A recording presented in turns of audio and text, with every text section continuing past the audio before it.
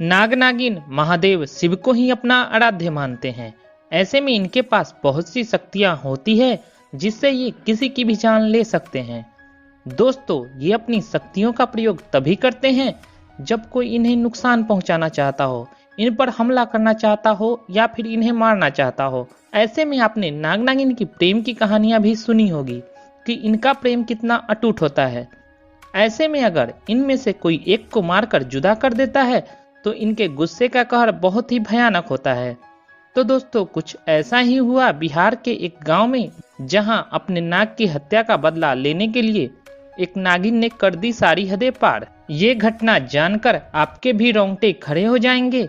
दोस्तों, वीडियो में आगे बढ़ने से पहले महादेव के सभी सच्चे भक्त कमेंट में हर हर महादेव जरूर लिखें। दरअसल दोस्तों, ये घटना घटित बिहार के एक छोटे से गांव अरबल की है।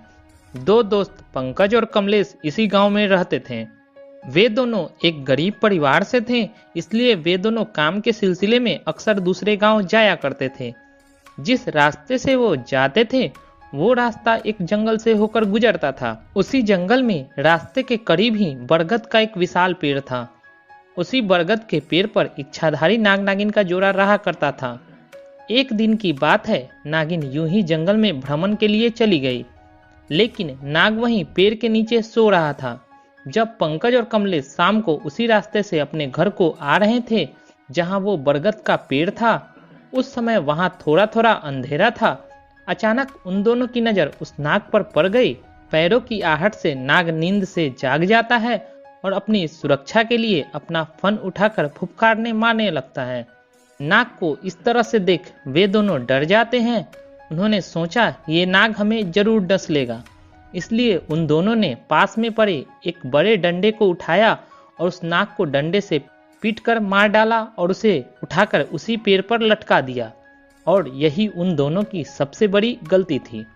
जब उन दोनों को पता चला कि ये कोई साधारण नाग नहीं बल्कि एक इच्छाधारी नाग है, तो ये जल्दी से दोनों अपने घर की तरफ भाग गए। इधर जब इच्छाधारी नागिन वापस उसी पेड़ के पास आई और अपने मृत नाग को पेड़ के ऊपर लटका हुआ देखा तो उसे देखकर वो बेसुध हो गई। उसने अपने नाग की आंखों में उसने अपने कातिलों को देख लिया था। उसके दिमाग में एक ही बात चल रही थी कि जिसने भी मेरे नाग की हत्या की है, मैं उन दोनों इंसानों को इसी पेड़ के पास लाकर मारूंगी। दोस्तों, नागिन का गुस्सा सातवें आसमान पर था। ऐसे में दोस्तों, आपको बता दें कि नाग नागिन एक दूसरे से बेहद ही प्रेम करते हैं। एक दूसरे के बिना ये नहीं रह सकते। ऐसे में अगर कोई किसी एक को मारकर कोई व्यक्ति इनमें से एक दूसरे से जुदा कर देता है तो अपना बदला बड़े ही भयानक तरीके से उस व्यक्ति को मारकर पूरा करते हैं, फिर चाहे उसे कितने भी जन्म इंतजार करना क्यों न पड़े। ऐसे में उसने बहुत सालों तक उसी पेड़ पर रहकर अपने नाग के कातिलों का इंतजार किया, परंतु पंकज और कमलेश उस घटना के बाद से उस स्थान से निकलना ही बंद कर दिया था। परंतु इच्छाधारी नागिन अपने नाग की हत्या का बदला लेने के लिए बहुत ही ज्यादा तड़प रही थी। उसके सब्र का बांध टूट चुका था। उसने निश्चित किया कि अब मैं गांव में जाकर ही उन दोनों हत्यारों से बदला लूंगी।